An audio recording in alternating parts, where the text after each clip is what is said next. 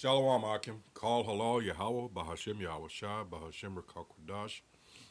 Once again, double honor to the apostles of great millstone, all right, who taught me this truth. This is Naaman with the DC camp. Here we go, more confusion, and it's been done on purpose, and it's by uh, these Khazars, these Edomites, all right, these fake Jews, and this is from the Middle East Monitor, all right. It says Memo, Middle East Monitor, Israeli rabbis declare Beta Israel Ethiopians to be Jewish. I'm going to ask you to, once again, please be patient and still try and get over this cold. So my voice is going to, undulate, go up and down. Got to try to get through this video. All right. Once again, it says Israeli rabbis declare Beta Israel Ethiopians to be Jewish. So here we go again. A bunch of converts. All right. Once again, you cannot convert to a bloodline, and that's ultimately what we're talking about. And have this whole thing is about bloodlines. Not everyone can be a Jew, and it's funny, they always concentrate on the Jew as, of course, being the head tribe of the nation of Israel. But where are the 11 others? From what I remember, there are 12 tribes of Israel. All right, Jewish. Here we go to that Jewish again. And people have been so used to hearing that, a lot of people just never thought to dig deeper and to say Jewish. All right, and break it down. All right. Jew is just slang for Judea. All right, or Judean. All right, as a singular individual. All right. So again, where are the other 11? Where's Naphtali? All right, where's Zebulon? Uh, where's Gad? Where's Reuben? All right, all right. Where's Ephraim? Where's Manasseh? All right, come on. Where are they? Where's Asher? All right, they can't do it. Now I heard one asshole years ago. This was out in California.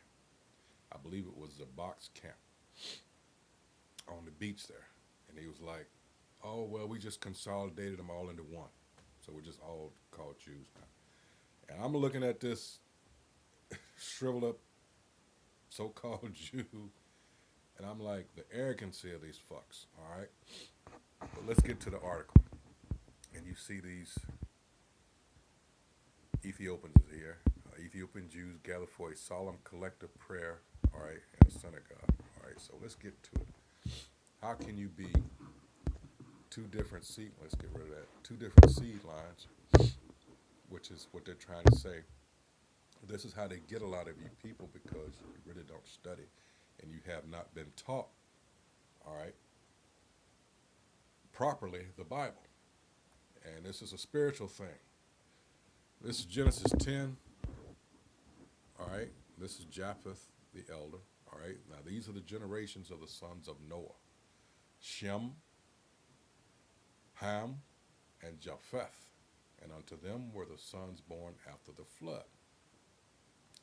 The sons of Japheth, Gomer, and Magog, and Madai, and Yawan, and Tubal, and Meshech, and Tiras. All right, these are the ones of the islands, Mediterranean, that region there. All right. The sons of Gomer, Ashkenaz, and Rephath, and Togarmah. These are Japhites. So this Ashkenaz, this is another thing they're claiming to be, and they're not, because these are all dark-skinned people, and these people today are the people that Edom, the so-called white people who claim to be everything but who they actually are, and they are Edom or Adawam, they're Edomites.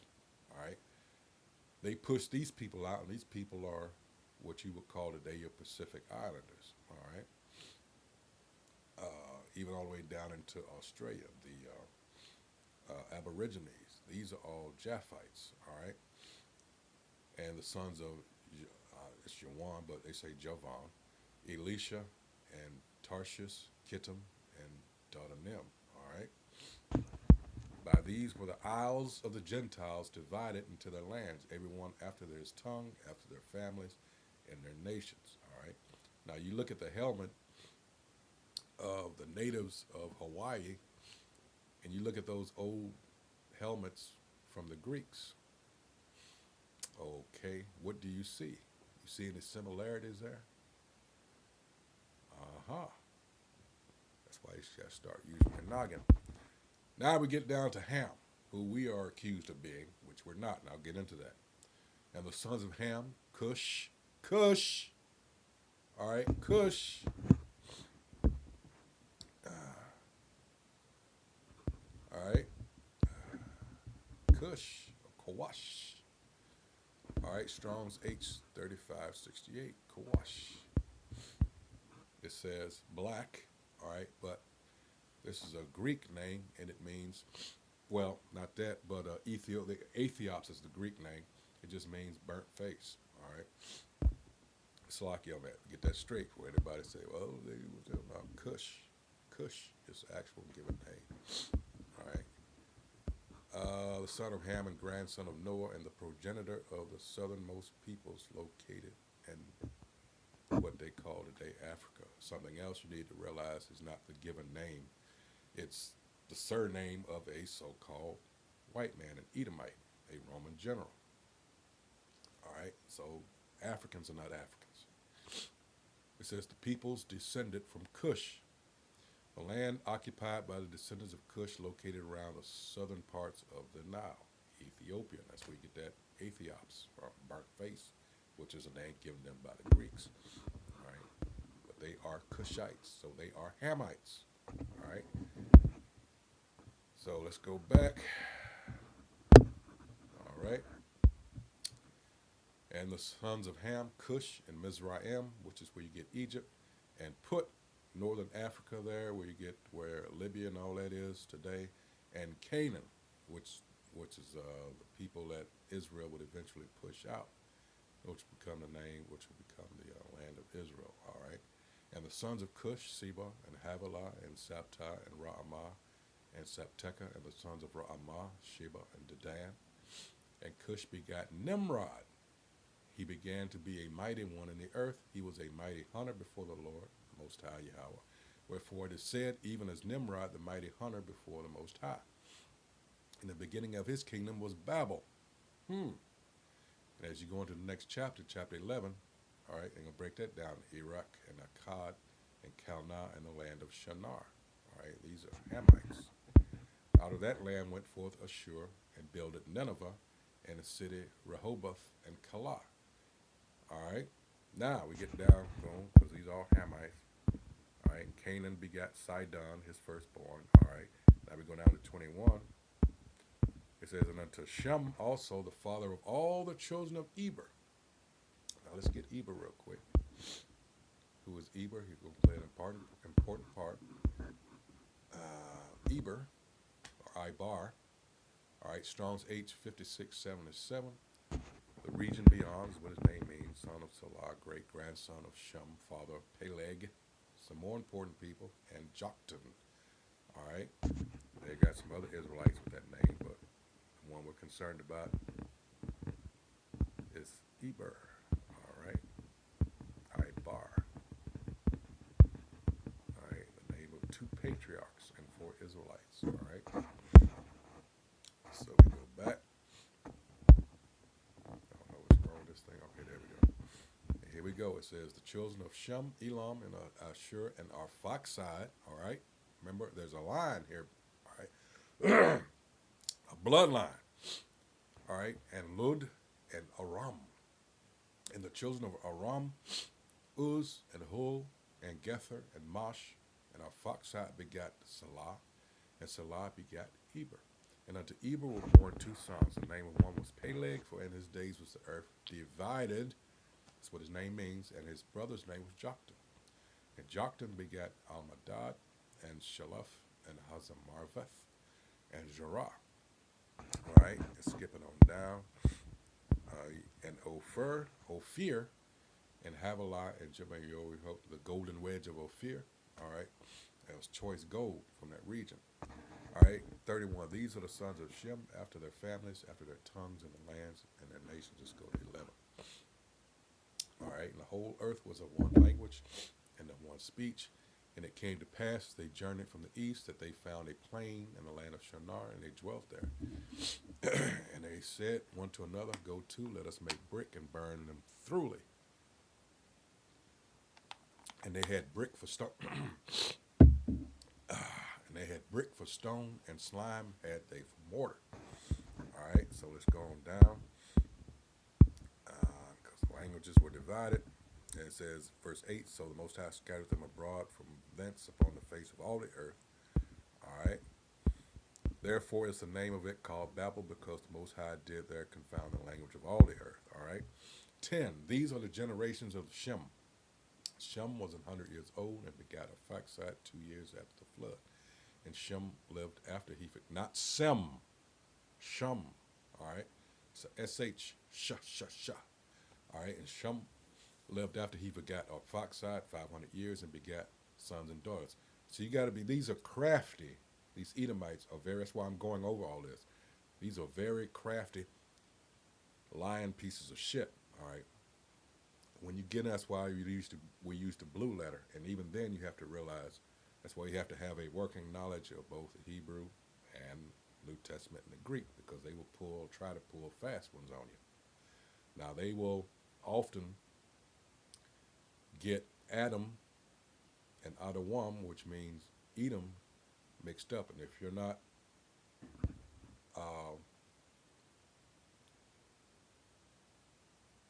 knowledgeable, I'll put it that way, and the difference and the slight difference in the spelling between the two, you'll get caught up. Now they'll try to say, well, this man was made of the red earth. All right. See, like I said, they try to be slick. And it's worked.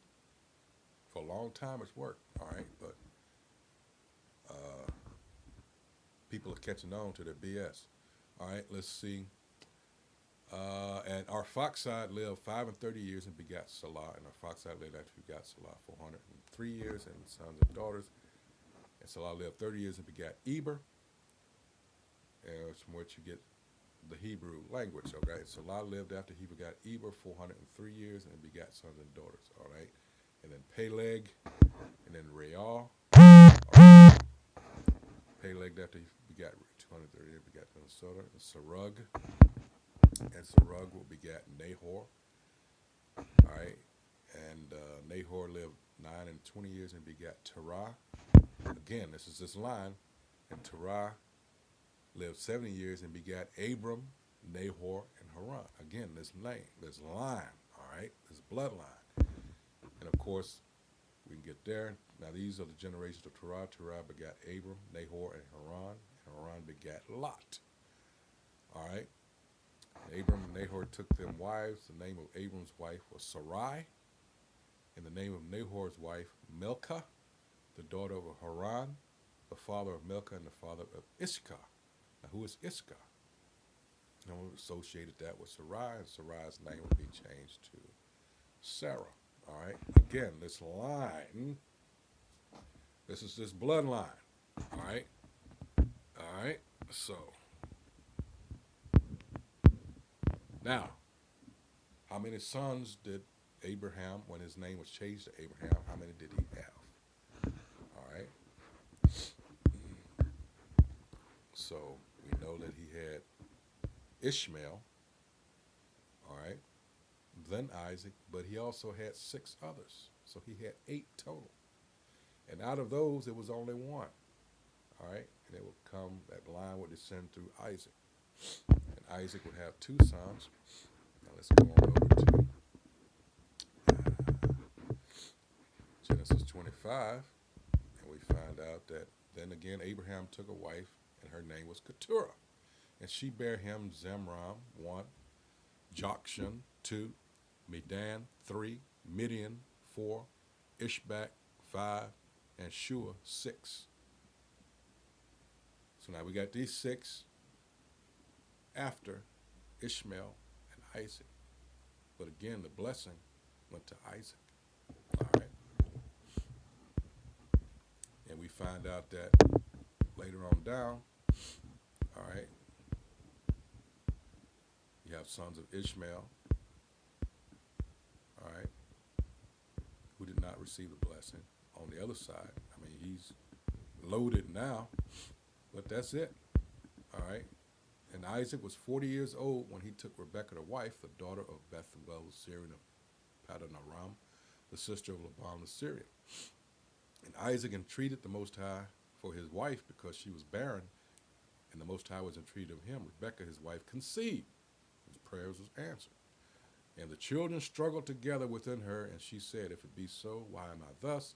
And she went to inquire of the Lord. And the Lord said unto her, 2 nations are in thy womb, and 2 manner of people shall be separated from thy bowels, and the one people shall be stronger than the other people, and the elder shall serve the younger, meaning the firstborn is going to eventually serve the younger. All right, first shall first shall be last, last shall be first. All right, and when her days to be delivered were fulfilled, behold, there were twins in her womb, and the first came out red all over like an hairy garment, and they called his name Esau or Ashashua. All right. Now here's why an example of why I said you have to be up, all right, and know what's going on because they're going to try to pull a fast one.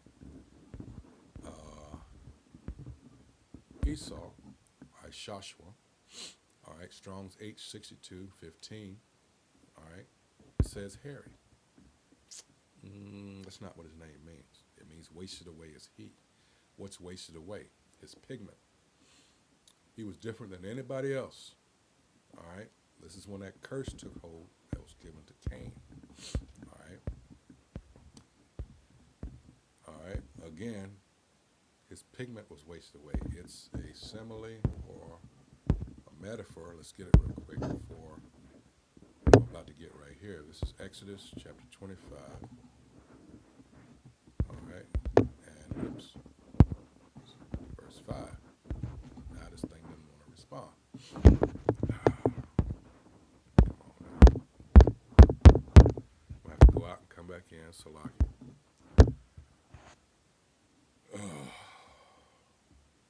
All right, this is Exodus chapter 25, verse 5. And it says, And ram skins dyed red, and badger skins and shittim wood. All right. So now, let's see. Let's go back to Genesis. That's making a comparison or likeness as to what he looked like. All right. His blood showed forth through his translucent skin, the same as today. Who were the only people walking around like that? Da-da. There you go. And after that came his brother out. Notice they didn't give you a description of him because he looked like everybody else.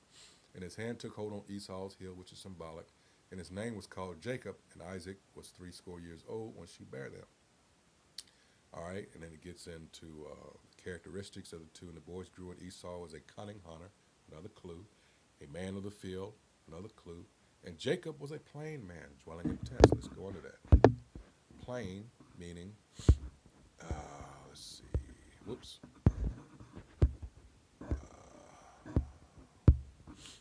Plain, Strong's H8535, fum. All right, perfect, complete. One who lacks nothing in physical strength, beauty, etc. Why do you think these Edomites, these so-called white people, go through such great lengths to make us look like animals?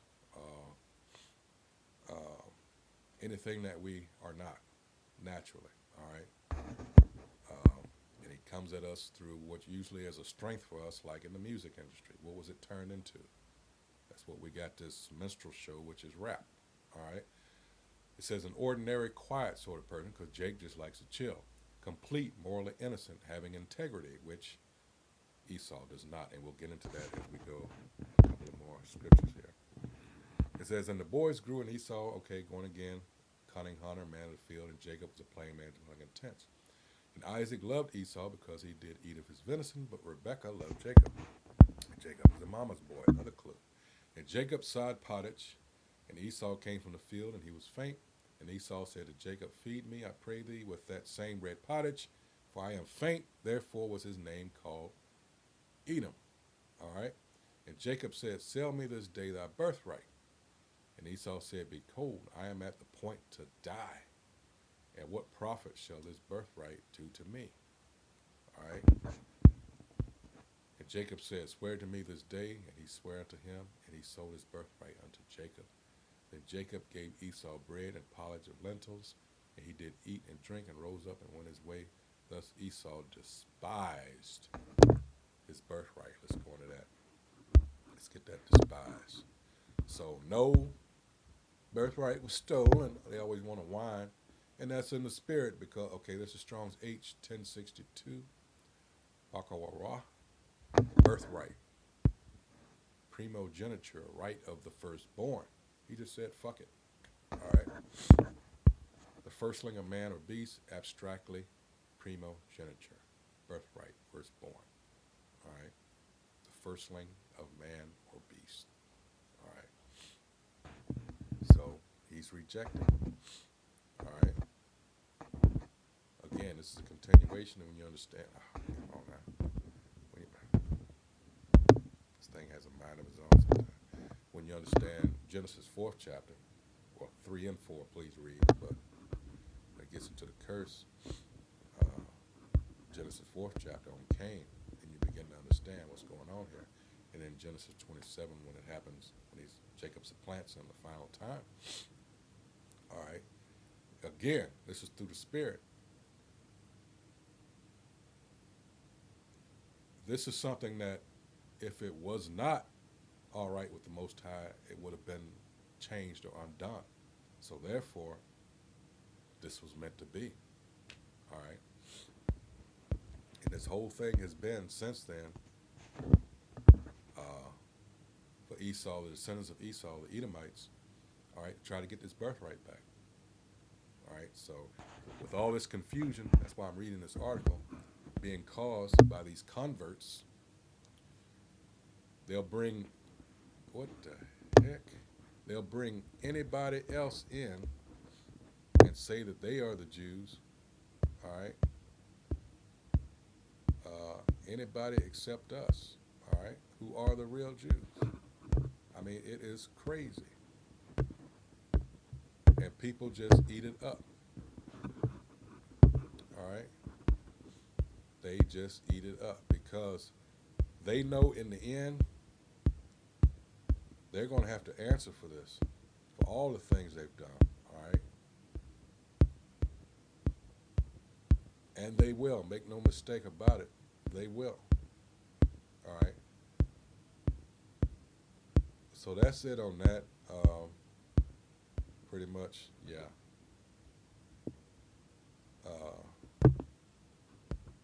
Just to throw that out there, they're trying to do nothing but cause confusion.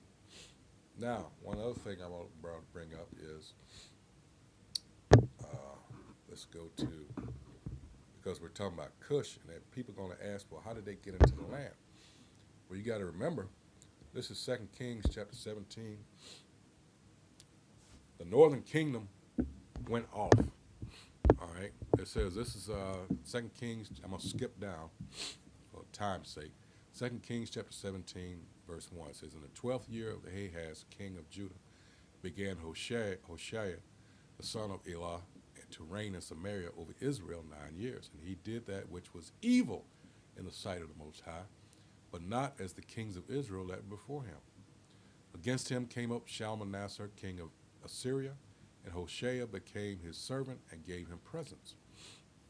And the king of Assyria found conspiracy in Hoshea, whom he had sent messengers to So, king of Egypt, and brought no present to the king of Assyria, as he had done year by year. Therefore the king of Assyria shut him up and bound him in prison.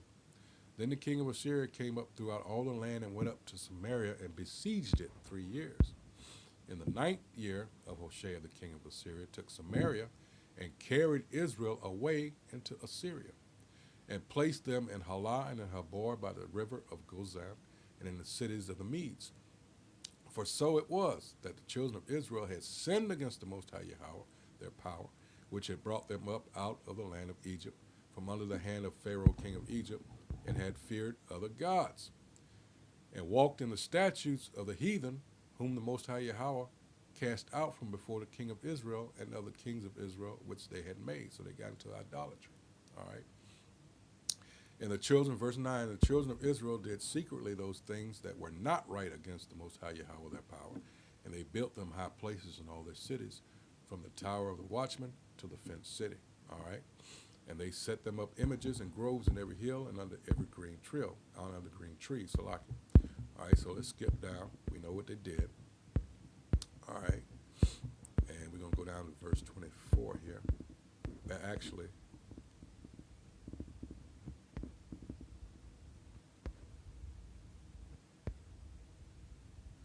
Let's see. Verse 17, and they caused their sons and their daughters to pass through the fire, and used divination and enchantments, and sold themselves to do evil in the sight of the Most High Yahweh to provoke him to anger. Therefore the Most High Yahweh was very angry with Israel and moved them out of his sight. There was none left but the tribe of Judah only. Also Judah kept not the commandments of the Most High Yahweh their power, but walked in the statutes of Israel which they made. And the Most High Yahweh rejected all the seed of Israel and afflicted them and delivered them into the hand of spoilers until he had cast them out of his sight. Out of his sight means out of the land. All right. For he rent Israel from the house of David, and they made Jeroboam the son of Nebat king. And Jeroboam drave Israel from following the Most High Yahweh and made them sin a great sin. For the children of Israel walked in all the sins of Jeroboam, which he did. They departed not from them. All right. Until the Lord, verse 23, until the Most High Yahweh moved Israel out of his sight, once again, out of the land. And as he had said by all his servants, the prophets, so was Israel carried away out of the land to Assyria until this day. And the king of Assyria brought men from Babylon and from Cutha. Let's concentrate on Cutha. All right. This is where they became dwellers in this land. It says Strong's H3575, Kawath. All right. It said a place in which King Sargon of Syria. But who are these people? All right. It says for foreign origin, Cutha, a province of Assyria. All right.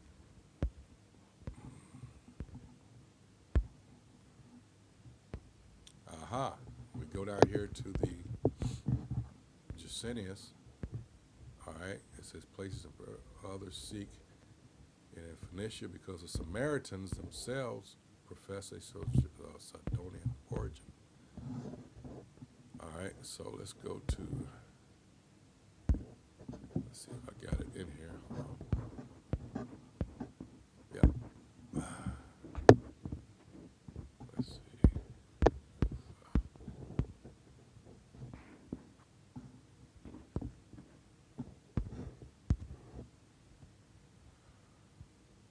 All right. Cutha, one of the Babylonian cities or districts from which Shalmaneser transplanted certain colonists to Samaria. All right.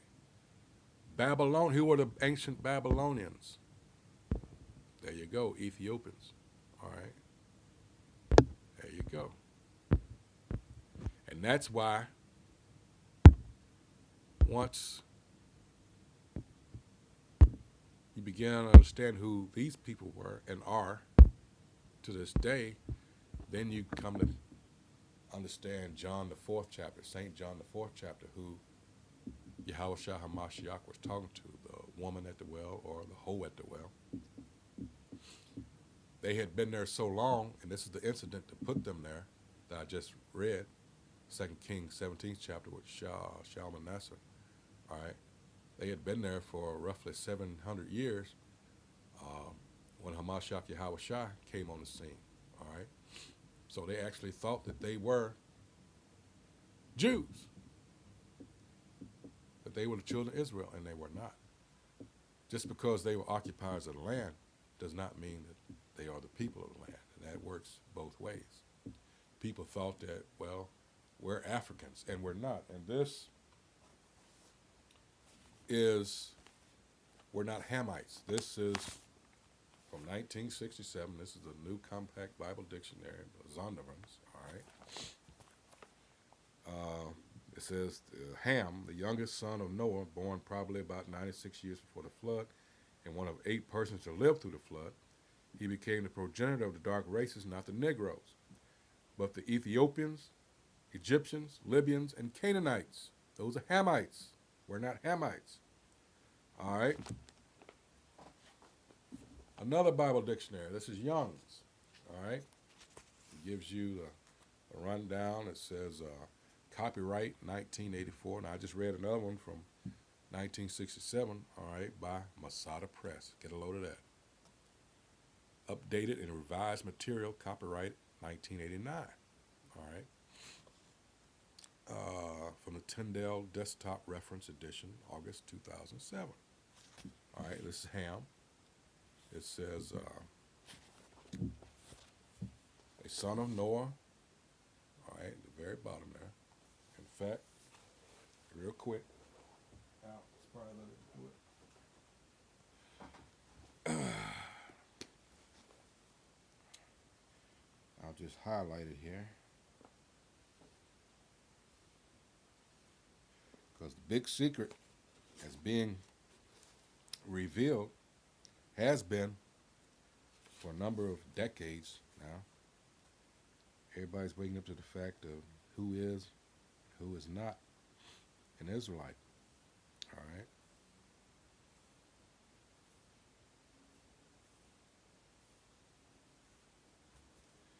And now you're seeing a push